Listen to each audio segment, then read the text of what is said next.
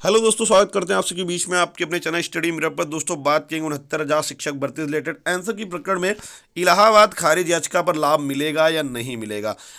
कई बार मैं इस मुद्दे पर चर्चा कर चुका हूं और बार बार आप लोग कमेंट है, ये मेरी इस मुद्दे पर लास्ट वीडियो है। इस टॉपिक पर खारिज याचिका जो इलाहाबाद सिंगल बेंच की है, इस पर मेरी ये लास्ट वीडियो है और इसके बाद मैं नहीं समझा पाऊंगा। और एक बार लास्ट फिर से एक बार कोशिश कर रहा हूं, आपको शायद बेहतर तरीके से समझ में आ जाए। अन्यथा अगर नहीं आता है तो ये आपकी अपनी टेंशन है। वीडियो पर ज़्यादा से ज़्यादा लाइक करिएगा और ज़्यादा से ज़्यादा शेयर कर दीजिए ताकि जो किसी के दिमाग में भी डाउट है वो डाउट क्लियर हो जाए। तो आइए शुरू करते हैं, इस वीडियो को देख लेते हैं पूरी अपडेट। वीडियो को बिना स्किप करने तक बने रहिए मेरे साथ आपके अपने चैनल स्टडी मिरर पर। जो लोग चैनल पर नए हैं तो प्लीज़ चैनल को लाइक करिएगा, शेयर करिएगा, सब्सक्राइब करिएगा, साथ में बेल आइकन दबाना भूलिएगा ताकि मेरे वीडियो नोटिफिकेशन आप तक समय समय तक पहुंचती रहे। तो दोस्तों यहाँ पर आइए देख लेते हैं। दोस्तों सबसे पहले हम एक चीज़ समझना चाहते हैं। जैसे मान लीजिए कोई केस स्टेटस है 4072, ठीक है, ये कोई केस है और ये था इलाहाबाद सिंगल बेंच से, जहां पर 30 मई को ये केस एडमिट हुआ था। आप स्वयं देख सकते हैं, फर्स्ट हियरिंग 30 मई को हुई थी और डिसीजन इसका जो 7 मई को हुआ था। केस स्टेटस क्या था? डिस्पोज निस्तारित था और डिसमिस ऑन मेरिट, यानी कि सिंगल बेंच में सुनीता अग्रवाल जी द्वारा सिंगल बेंच में सारे केस डिसमिस हो गए थे। ठीक, तो ये सिंगल बेंच की बात है इलाहाबाद की। ठीक है, समझिएगा, ये सारी बातों को मैं एक एक करके क्लियर करूंगा। इलाहाबाद में सबकी याचिका पर यही चीज दिख रही होगी, डिसमिस ऑन मेरिट्स।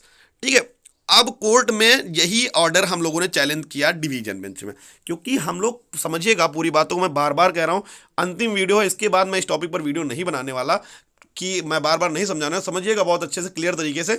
देखिए, जब आपको सुनीता अग्रवाल मैम के द्वारा ये ऑर्डर दिया गया, आपके केस को डिसमिस कर दिया गया। ठीक, डिसमिस किया गया। डिसमिस करने के बाद, ठीक, डिसमिस करने के बाद आपने इसी ऑर्डर को चैलेंज किया जाके डीबी में। कहाँ चैलेंज किया? डीबी में। तो यानी कि जब डीबी में चैलेंज कर दिया तो डीबी ने इस ऑर्डर को तुमने चैलेंज किया ना, यानी कि जो आपकी याचिका खारिज हुई, आप कह रहे हैं कि हम सही हैं, ऑर्डर गलत है।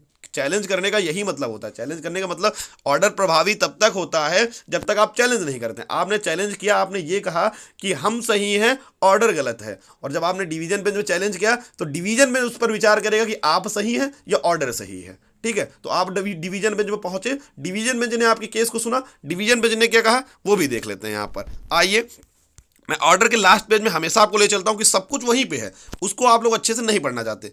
यहां पर लिखा है, it is stated the selection have already been finalised, यानी कि उस कोर्ट ने कहा कि जो सिलेक्शन प्रोसेस है वो ऑलरेडी फाइनलाइज किए जा चुके हैं, file followed by the appointment, but merely for the reason candidate having case their favour can not be department benefit keeping the mind of selection have been already completed followed by the appointments. ठीक है, तो यहां पर आगे बढ़ते हैं। Court ने क्या कहा? कोर्ट ने यह कहा कि this matter is not referred to the expert, ये मैटर रिफर्ड नहीं किया जा सकता एक्सपर्ट को, फॉर इट्स एग्जामिनेशन फाइंडिंग। ठीक, इसकी परीक्षा संस्था को नहीं किया। Finding that answer question number 60 was not correctly selected, court ने खुद कह दिया कि question number 60 was not correctly selected, ये क्वेश्चन नंबर 60 जो है पूरी तरीके से गलत है। The issue could not even be contested by the respondent, thus avoid further delay in the matter। ठीक है, और the directed respondent take decision to appropriate award 1 mark to litigants till date. Court ने कहा कि जो ये order है, ठीक है, इस ऑर्डर पर, ठीक है, 60 नंबर क्वेश्चन क्लियर तरीके से गलत है, जिसको हम एक्सपर्ट को नहीं भेज सकते हैं। इस मामले पे बिना किसी, इस मामले यानी कि जो रिस्पोंडेंट है वो ऑलरेडी लेट हैं, डिले हो चुके हैं। ठीक है, वो ऑलरेडी लेट हो चुके हैं, लेकिन हम सिलेक्शन प्रोसेस को नहीं चढ़ रहे, लेकिन इनमें बिना किसी देरी के इन लोगों को जो निश्चित तरीका है, डिसीजन है, इस पर जल्दी से जल्दी जो इस डेट तक आए उनको 1 मार्क का अवार्ड दिया जाए। To avoid any complication, non appellants can give value 1 mark for 60, otherwise can be with deletion to increase the value of all question proportionally, but then may any Pandora। यानी कि court ने यहां पर कहा कि disturb appointment already made be direction to kept limited repetitions. ठीक है, if with award of 1 mark to any of the litigants till date before Allahabad High Court they find place in the merit, the respondent would give appointment subject। यानी court ने कहा कि अगर वो लोग merit में आ रहे हैं, ठीक है, और फला इस डेट तक आ रहे हैं, टिल डेट तक इलाहाबाद हाई कोर्ट में, ये सिर्फ इलाहाबाद हाई कोर्ट के लिए आर्डर था, ये भी समझ लीजिएगा, इलाहाबाद हाई कोर्ट तक, तो they find place in the merit. अगर वो उसके बाद मेरिट में आ रहे हैं तो उनको respondent would give the appointment, respondent उनको अपॉइंटमेंट दे, ठीक है। और एक चीज कही गई, the exercise aforesaid would not effect any manner to selection or appointment already made, यानी किसी भी तरीके से जो आपका सिलेक्शन प्रोसेस है, अपॉइंटमेंट्स है, उस पर कोई भी छेड़खानी नहीं करनी है। The benefit would given to the appellants, दोस्तों यहां पर मैं बार बार समझाता हूं, एंड द रिट पिटिशनर्स। एक चीज आपको मैं बार बार समझाता हूं कि जब आप सिंगल बेंच में होते हैं, जब आप सिंगल बेंच में होते हैं तो दोस्तों आप रिट पिटिशनर्स होते हैं, यानी कि आप याचिका डालते हैं, आप रिट डालते हैं, तो आप वहां पर रिट पिटिशनर होते हैं, ठीक है, याची होते हैं। जब आप डिवीजन बेंच में ऑर्डर को चैलेंज करते हैं, डीबी में, तो आप वहां पर अपीलांट्स होते हैं। कोर्ट ने इसीलिए यहां पर लिखा है the benefit will be given, जो बेनिफिट है वो गिवन यानी दिया जाता है अपीलांट्स एंड रिट पिटिशनर्स, यानी कि याचिकाकर्ता और अपील करता दोनों लोगों को ये इसका लाभ दिया जाएगा। If they are short of 1 mark, अगर ये 1 नंबर से रुकते हैं, एंड नॉट अदरवाइज, अदरवाइज को नहीं दिया जाएगा जो 1 नंबर से रुकते हैं। दोस्तों यहाँ पर एक चीज़ आप लोग बहुत अच्छे से क्लियर करिएगा, देखिए अपीलांट्स में आप सभी लोग यहाँ पर कोर्ट ने इसीलिए तो कहा है कि सिंगल बेंच इनके आपके आर्डर को चैलेंज किया, सिंगल बेंच में आप रिट पिटिशनर थे, आप वहाँ पर डबल बेंच पहुंचे, डबल बेंच और सिंगल बेंच के आर्डर को एक क्वेश्चन को गलत बता दिया, जहाँ पर क्वेश्चन नंबर 60 को, तो जब क्वेश्चन नंबर 60 को गलत कोर्ट ने बता दिया तो लाभ तो सबको मिलेगा ना, जो सिंगल बेंच में याची भी था, क्योंकि वो भी तो उसमें आ रहा है। तो यहां पर इसीलिए कोर्ट ने ये सब कुछ समझते हुए लिखा है टू द अपीलांट्स और टू द रिट पिटिशनर्स, ठीक।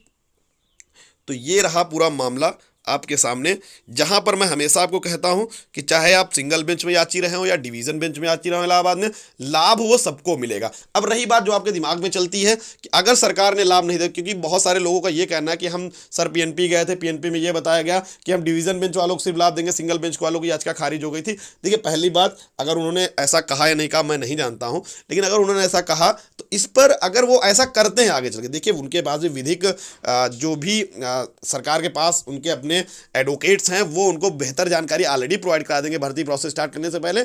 तो ऐसी कोई गलती नहीं करने वाले हैं अधिकारी, क्योंकि मामला फिर से उनकी फजीहत हो, क्योंकि ये तो सीधा सीधा सिंपल भाषा में लिखा हुआ है मेरे हिसाब से, तो यहां पर कोई दिक्कत नहीं होने वाली है। तो ऐसा कुछ नहीं होने वाला, सिंगल बेंच और डबल बेंच। दोस्तों आपको मैं बता दूं 68,500 का इसी तरह एक मैटर का ऑर्डर आया था, जहां पर 68,500 में जिला आवंटन का मैटर था, वहां पर भी यही बात कही गई थी कि एक निश्चित डेट थी सिंगल बेंच में, अगर उस डेट तक जितने भी लोग याची बने थे, उस डेट तक जितने भी लोग कोर्ट में पहुंच चुके हैं, उस डेट तक सभी याचियों को जिला आवंटन में मौका दिया जाए। तो वैसा ही सेम ऑर्डर ये भी आपका है कि सिंगल बेंच में जितने भी लोग याची हैं वो लोग सबको ये लाभ मिलेगा, डिवीजन बेंच में वालों को भी मिलेगा। बाकी अगर ऐसा कुछ होता है, नहीं होता है, अगर मान लीजिए नहीं करते किसी भी तरीके से, अगर ऐसी कुछ आगे केसेस होते हैं तो हम लोग डिवीजन बेंच में फिर से ऑर्डर पर एक बार कोर्ट पर जाके फिर से कोर्ट पर हम जाके अपनी बात को रख सकते हैं कि सर तो ऑर्डर तो ये कह रहा है और ऐसा कैसे हो सकता है।